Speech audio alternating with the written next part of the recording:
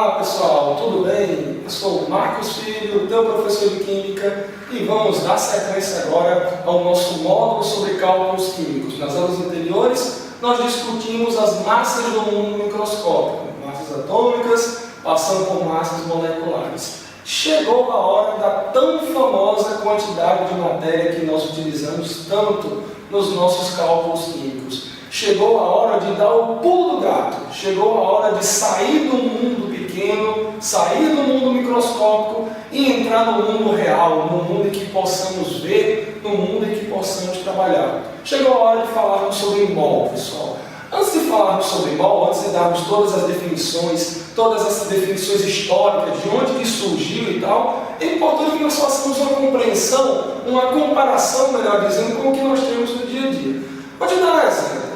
Quando a gente vai numa feira, por exemplo, e a gente pede uma dúzia de ovos, uma caixa com uma dúzia de ovos, nós não precisamos dizer que queremos 12 unidades de ovos, porque está implícito que a quantidade de uma dúzia se refere a 12 unidades de ovos. Se você aplicar uma dúzia a quaisquer outras coisas, uma dúzia de maçãs, uma dúzia de laranjas, uma dúzia de abacaxis, você vai ter sempre 12 unidades daquilo que você está se referindo. Vou te dar um outro exemplo. Se a gente for numa livraria e pedir uma resma de papel, resma significa o quê? É aquele pacotinho que se vende em livrarias que geralmente vem uma quantidade de 500 folhas. Então, uma resma significa a quantidade de 500 folhas. Então, a gente utiliza de alguns mecanismos, algumas grandezas que se referem a quantidades maiores. Uma dúzia se refere a 12 unidades de qualquer coisa, uma resma, no caso do papel, se refere a 500 folhas de papel ofício.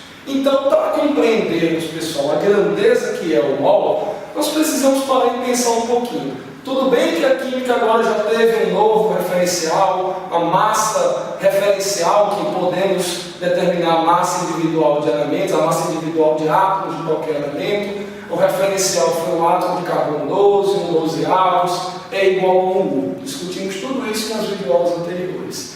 Mas é importante que a gente compreenda que para trabalhar no mundo real, no mundo científico, no mundo da química, da física, é importante a gente trabalhar com o agrupamento desses átomos, com o agrupamento dessas moléculas. Porque é no nosso dia a dia que estão os desafios. E no nosso dia a dia, a gente não trabalha com um átomo, com 2 átomos, com 10 átomos de maneira individual. Nós trabalhamos com bilhões e bilhões e bilhões desses átomos. Então, contar átomos de maneira individual é muito complicado. A gente precisa de quê? A gente precisa reunir um grupinho de átomos que dê uma porção suficiente para que a gente possa manusear. E essa grandeza com que nós apresentamos esse grupinho de átomos é justamente a nossa definição sobre mol. A definição mol atual que nós temos é que é a quantidade de matéria que vai conter 6,02 vezes 10 elevado a 23 entidades químicas daquilo que se está trabalhando.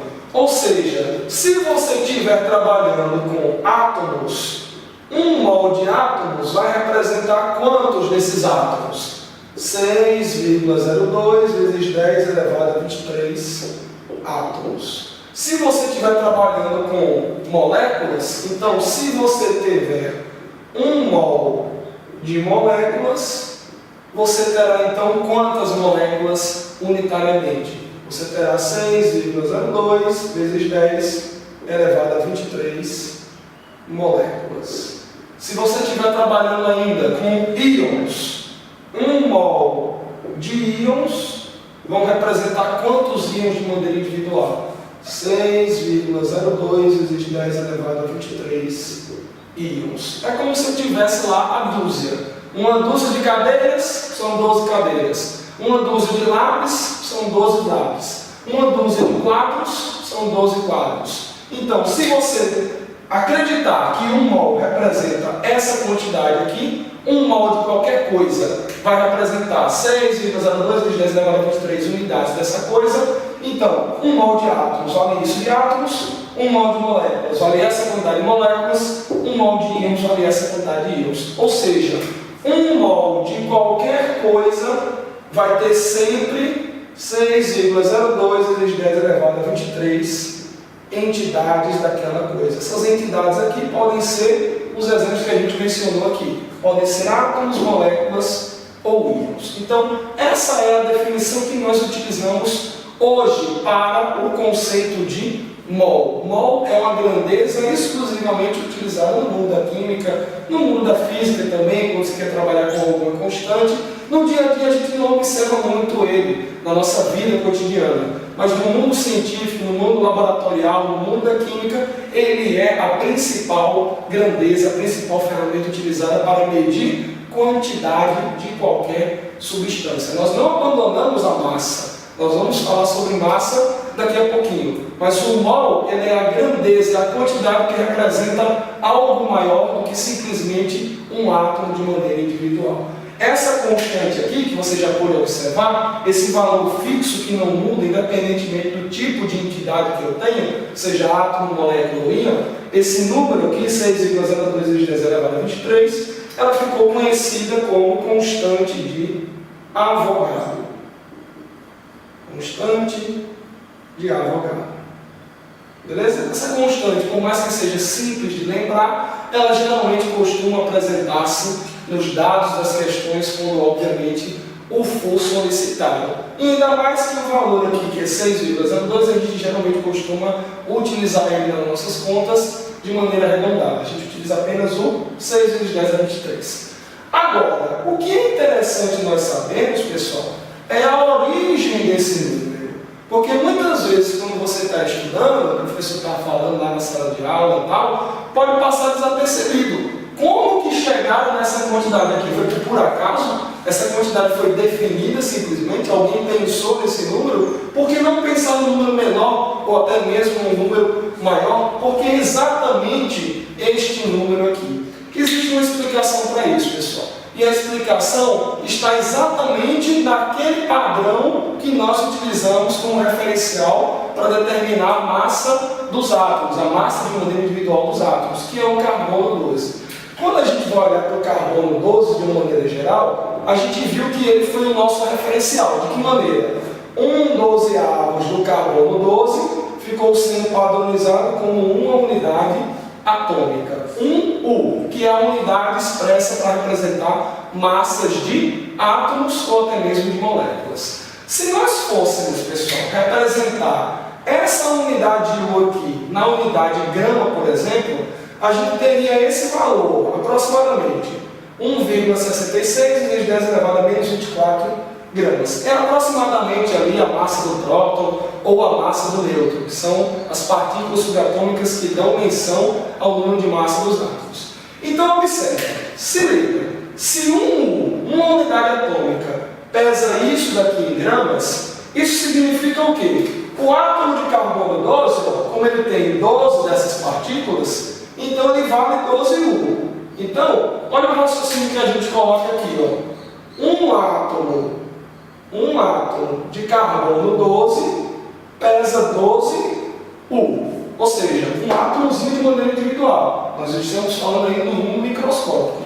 Se nós fôssemos representar essa massa de carbono aqui, 12 U, na unidade de grama, então a gente teria o quê? A gente teria 12 vezes isso daqui. Quando a gente multiplica 12 vezes 1,66 × 10⁻24, a gente vai chegar nessa relação aqui, ó, que um átomo de carbono 12, se a gente for representar ele pela unidade de massa, pela unidade de grama, a gente vai ter esse número aqui, a multiplicação de 12 por esse daqui. A gente vai ter 1,996 × 10⁻24 gramas. Ou seja, um átomo de carbono pesa isso daqui na unidade de grama. Dá para perceber que é uma grandeza extremamente pequena, da ordem de 10⁻⁻24, por isso que é preferível usar U ao invés de grama quando a gente estiver se referindo a massas individuais de átomos ou de moléculas. Qual foi o pensamento dos químicos para, digamos assim, dar o pulo do gato, sair do mundo micro e ir para o mundo macro? Ora, beleza que um átomo de carbono tem 12 U. Eu não consigo trabalhar com uma unidade de massa tão pequena. Mas se eu tivesse 12 gramas, Quantos átomos de carbono eu teria que ter para que eu tenha essa quantidade de massa agora? Então, ó, um átomo de carbono vale 12 U, que representa essa massa aqui em gramas. Se eu quero ter 12 gramas de carbono, eu vou precisar de quantos átomos de carbono? X. Então, com uma simples conta de proporcionalidade, com uma simples conta de regra de 3 simples, nós vamos conseguir chegar no número de átomos de carbono que eu tenho que ter em que essa soma seja igual a 12, só que não mais U, 12 gramas. Então, o pulo do gato, que eu me referi aqui mais de uma vez na aula de hoje, é quantas partículas, no caso aqui, quantos átomos eu tenho que ter para que eu tenha o mesmo número da massa, só que não na unidade U, na unidade grama. Quando a gente faz essa proporção, a gente chega exatamente no valor da constante de Avogadro. 6 vezes 10 elevado a 23 átomos de carbono. Então foi dessa maneira que surgiu a chamada constante de Avogadro. Mais uma vez utilizando-se do átomo de carbono 12 como o nosso referencial. Então, pessoal, essa foi a nossa aula sobre mol, a aula introdutória sobre mol. Espero que vocês tenham gostado e logo na sequência nós começaremos ainda a falar, ainda continuarmos a falar sobre mols, só que agora com a parte da grandeza importante da química, que é que continuará sendo a massa. Tchau, um abraço, fique com Deus e até a próxima.